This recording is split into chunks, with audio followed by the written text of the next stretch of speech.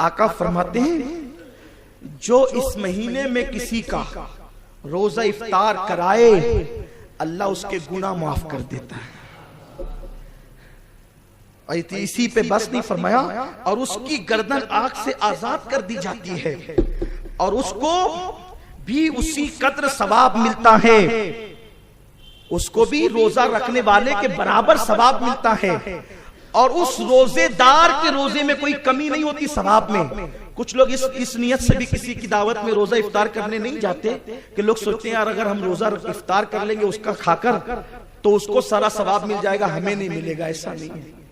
आप कहीं इफ्तारी करोगे तो उसको भी मिलेगा, आपको भी मिलेगा, और आपके सवाब में कोई कमी नहीं होगी।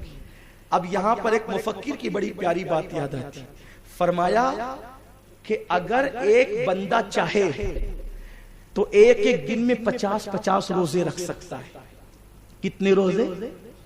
50-50, 100-100, 500 रोजे रख सकता है। हैरत है, बंदा तो एक ही रोजा रख सकता है, एक दिन में 50 कैसे रखेगा? तरीका ये है, एक तुम रखोगे, 50 को इफ्तार करा दो तो तुम्हारे नामे अमाल में 50 रमजान शरीफ के रोजों का सवाब लिख दिया जाए। कराओ इफ्तार, अल्लाह ने दिया है तो खूब कराओ। क्या बड़ी नेमत है, क्या महीना आ रहा है, सुभान अल्लाह। जन्नती बनाने के लिए आ रहा है। हम तो माइल बकरम है, कोई साइल ही नहीं, राह दिखलाए किसे, राह रवे मंजिल ही नहीं। सवाब में कमी नहीं होती रोजादार के, सवाब के बराबर मिलता, फिर सारे गुनाह माफ हो जाते हैं। अच्छा, यहाँ पर कुछ लोग बहस करते हैं, मैं उन बहस करने वालों से हाथ जोड़ता हूँ, मेरा पीछा छोड़ो। लोग कहते हैं नफिल सिर्फ वो छोटे छोटे गुनाह माफ होते हैं। कौन से छोटे छोटे माफ होते हैं, बड़े माफ नहीं करता अल्लाह। मैं कहता हूँ खुदा के लिए आप अपनी तहकीक अपने पास रखें। हुजूर ने कह दिया ना गुनाह माफ होते हैं, हमारा ईमान है सब माफ होते हैं।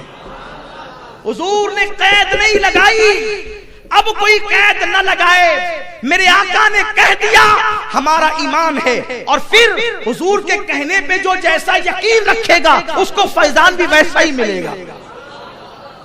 बाज मुहक्किकीन ने कहा ना कि जब कोई कब्र में जाता है, जब कोई मोमिन कब्र में जाता है तो उसको हुजूर की तस्वीर दिखाई जाती है। बाज लोगों ने कहा कि हुजूर की कब्र से और उसकी कब्र के दरमियान से पर्दे उठा दिए जाते हैं और वहां से दिखाया जाता है, उसकी कब्र से हुजूर की कब्र तक पर्दे उठाकर उसको वहां से दिखा दिया जाता है। तो किसी मुफक्किर ने कहा फिर वो 7 समुंदर कहाँ चले गए, वो सहरा कहाँ चले गए? इस तरह इस पे बहुत ले दे और बहस की लोगों ने। हम तो इश्क के बंदे हैं ना, मेरे इमाम ने कहा हम इश्क के बंदे हैं, क्यों बात बढ़ाई है? कोई कहता है तस्वीर दिखाई जाती, कोई कहते हैं पर्दे उठाए जाते, कोई कहता है कि हुजूर खुद तशरीफ लाते हैं। अब इस पे फकीर का कहना यह है कि जो मौकिफ रखेगा, जो जैसा अकीदा रखेगा, जो रखेगा कि तस्वीर दिखाई जाती है उसको तस्वीर ही दिखाई जाएगी, जो कहेगा पर्दे उठाए जाते हैं उसको पर्दे उठाए जाएंगे, और जो अकीदा रखेगा कि हुजूर तशरीफ लाते हैं तो हुजूर तशरीफ लाए। उनके करम से जैसी उम्मीद होगी फैजान वैसा ही मिलेगा।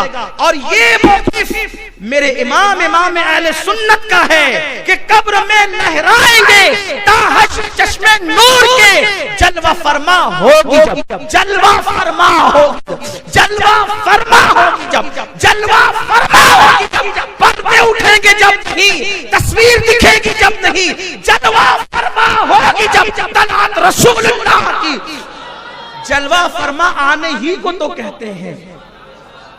कौन कहता है मेरी कब्र अंधेरी होगी? जब वो आएंगे उजाला ही उजाला होगा।